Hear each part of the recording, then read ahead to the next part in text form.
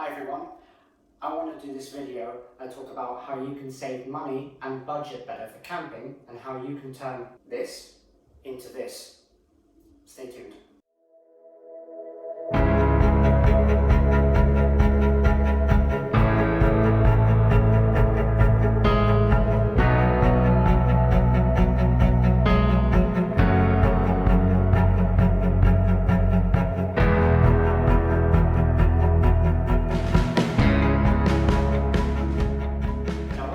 First-time camper, or whether you've been camping for 10 years or more, it's really tempting when you go into your local outdoor store to purchase some gear and also purchase food whilst you're there. But camping food notoriously is quite a lot more expensive considering what you get in terms of calories and for the amount of food. As a real example, I'm going to show you here. We have a single ration food here. This is TrekMates, which as a brand is aimed at kind of budget. However, this particular meal costs 60 Swedish crowns, which is about 10 euros. And for the same price, in our local supermarket here in Sweden, you can get this for the same price. Now, I want to go on record and say that camping food itself for the most part, tastes pretty good. However, one meal is not enough when hiking, and certainly you need to bulk it up with something more, with breakfast, with a lunch, and if you have this at dinner, you maybe need supper, coffee, hot chocolate, various other things, trail mixes, that's another common one also that people tend to miss out on. And there are a lot of budget saving things you can do to save yourself quite a lot of money. We went out today and we purchased two, just as an example. So this meant that this was 120 Swedish crowns, which is about 12 euros. And this would feed two people for one meal each. That is it. This, however, contains multiple portions of mashed potato, cup of soups, couscous with vegetables, soups with pasta, and pasta with sauce and pesto all included. And some of these are more than one, and we've eaten every single one of these items here, and so we can attest that these taste good and are quite filling. And of course you would add on top things like trail mixes. Now regarding packets, obviously this looks very appealing because it takes a very small amount of space, but you would not take all of this in the same way. And certainly if you were to add up the amount of meals that this makes, which would be about 4 meals in a generous way, it would be 4 packets of these. Again, taking up a very similar amount of space, and they all weigh roughly the same. So in this video I want to kind of discuss very briefly about how when you're looking at camping, if you're a first-time camper, to not be so tempted by camping meals, but certainly don't be put off by trying them on occasion because they are quite convenient, adding water. But every single one you see here is also adding water. And if you've got a camping cooking set, like a pot or a mess can, for example, then cooking water is pretty much what you're going to do anyway, so it makes sense. And certainly wherever you live, this is going to be dictated about what things are available. Now, in the United States and in the United Kingdom, there tends to be a lot more variety in this type of area and certainly a lot more budget food. However, in Sweden, we still do have quite a good variety of budget food, and these are some of those, but they taste good. And we've used these when going out, so I know that they taste good and they are sufficient for that. Many of these meals are got carbs, they've got vegetables in, various fibers. If you are concerned about nutritional information when it comes to buying these types of foods when camping compared to pre-packaged camping food, which does tend to be fortified with extra vitamins or nutritional value, there are other things you can use. You can, for example, use things like nutritional yeast. This is a product that we use a lot with general cooking anyway, so you could use items like this to fortify the foods that you do buy. And if you do save money when you are camping, by buying certain types of food, you will find that you'll have other money left over to buy other things also. I want to mention something about trail mixes. This is one of those areas where it seems also again tempting to buy pre-packaged trail mix because they contain things like nuts, dried fruits and other things like that. However, those can be expensive depending on where you buy them. You might find them a bit cheaper depending on where you go. However, sometimes, if you're like me, I don't like things like nuts. So I don't like nuts in trail mixes, and since most trail mixes tend to include nuts, it kind of puts me off of ever buying them because I won't, one, enjoy them, and two, I just think like you could buy things that you like in bulk. I'm going to show you some items here.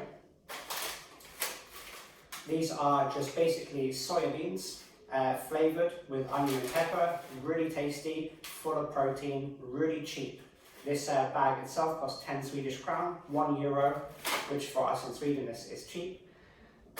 I've got banana chips, love these. I've got dried fruits, apricots, cranberries. I've got these kind of rice, kind of cracker things. So the dried stuff will go together very well, and the fruit goes together very well. So you can mix the things up that you like, and then you can end up with more of it for a roughly similar price. If you buy yourself some pre-packaged trail mix, again, it's convenient because it's in one bag, but it doesn't need to be complicated if you're going to have your own trail mixes together. I've got a food vacuum sealer here. I've got some vacuum sealed bags here, for example, for making ration packs, for example. And also some food grade quality Ziploc bags, which are great for storing things like trail mixes. So if I was going to go out on a hike or camping, whether that's for a few hours, one day, 1 week, doesn't really matter. These are great for storing things like trail mixes in, and you can store them in much bigger quantities, and you can store the things that you like the most. So I just want to make this video because I really want people to go out there and really see what they already eat. What do you already like? You shouldn't change your diet based on what camping food is available. That being said, I've tried a bunch of camping food, and for the most part it does taste really good. And most camping food does taste pretty good, and it is quite convenient and it is very quick. And if you only plan on hiking occasionally, sometimes it might be best to buy a ration of camping food because you're going to just use it once. If you buy a bulk buy of other things that you might not normally eat in the house, then it might go to waste. So try to avoid that if possible. However, if you are buying food that you already eat, then it makes perfect sense. In our house, for example, do occasionally eat this dried soup. It tastes really good, especially with some other ingredients.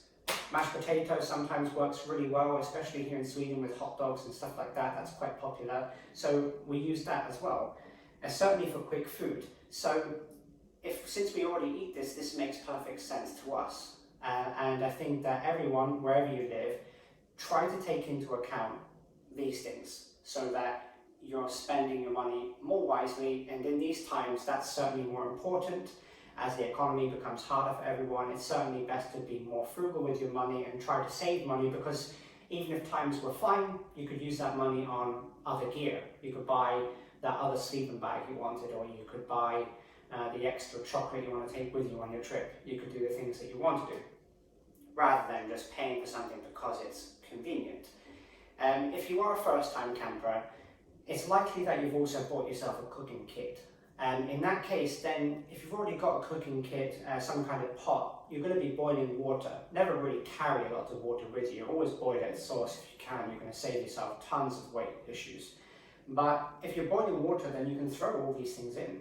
And these kind of camping meals almost always need water. There's a few that are already liquid, but they are heavy. So if you're looking for weight and you want to try to save the weight issue in your backpack, then definitely avoid any kind of liquid-based camping meals because they are going to be very heavy.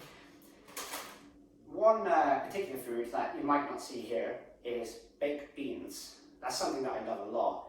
But most baked beans tend to come already with the sauce, and they taste great. And it's a real iconic staple camping food. However, they do weigh quite a lot, so I try to not take those as often. If I could ever find dried baked beans basically with tomato sauce. That would be excellent. Then I would put those in these. But since we don't have that here in Sweden, that's not really an option for me. So what I really want to do is just get this information out to you, because I felt like a lot of people still use a lot of camping foods, and I feel like the companies who make the camping foods, they could be better priced. I feel like they price them because that's what the market would accept, not really what they're worth in particular. If this is 60 crowns, which is €6, and I can get basically all these items for the same price, and they're basically similar ingredients, you know, dried versions of stuff, I feel like that this may help bring some attention to the companies to try and price these meals in a more aggressive way. And because then I feel like a lot more people would take up on them. Certainly I would if there was more variety, and certainly if they were priced in a more aggressive way. So everyone who's watching this video, please do leave a comment about experiences that you've had with this, any ideas that you have for packaged food. That would be really great. Any things that you've done in the past. If you're interested, I've actually posted a video about this vacuum sealer before, and I discuss about storing food for prepping. I also use this for making myself kind of little MRE ration packs using bags like this, where you can put in packets of noodles or pasta, sauce, things like soups, tea bags, a ration pack for a day. I've kind of moved away from that platform a bit because I find that setting out for a day, sometimes you don't fancy something that's in a particular pack, and your mood may change. You know, you may think, I want soup today, and then you go out and then later you don't really want it, but you've opened one pack and it starts to become a bit of a mess. So I tend to just pack things in individual. I tend to pack a bag of dried mashed potato, dried soup, dried noodles, dried spaghetti, things like that. And just as a final note, here's a really quick tip. Noodles are really cheap. However, they actually do take up a lot of space. I've packed here really cheap noodles.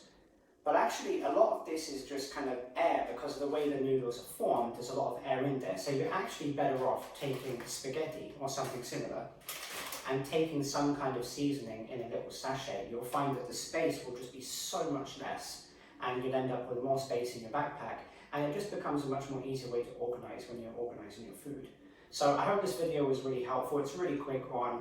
I feel like there could be some good tips out there, and certainly if people engage in the comments below, certainly we might better get a little discussion going about any ideas that anyone has about camping foods and about how we can approach companies to price their products more aggressively, basically.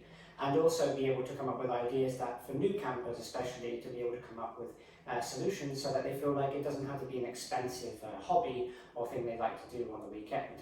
So I just want to say, if you like the video, please like the video. It does support the channel. It does really help me know which content you like and which content you prefer. Please hit the subscribe button and hit the bell so you get notified of any future videos, and I'll see you in the next video.